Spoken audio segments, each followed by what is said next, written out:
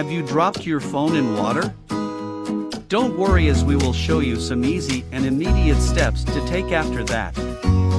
Disassemble it immediately. Liquid can damage your phone by entering the dock connector. This is where liquid can cause corrosion and damage to the internal components of your phone.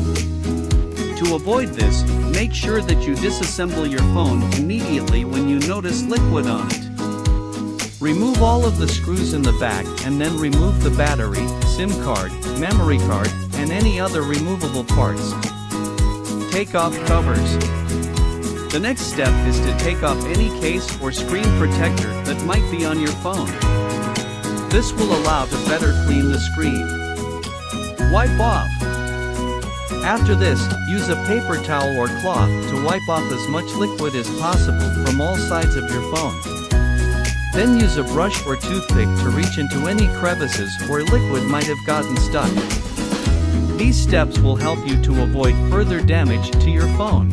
If you have liked our video, click on subscribe and hit like button.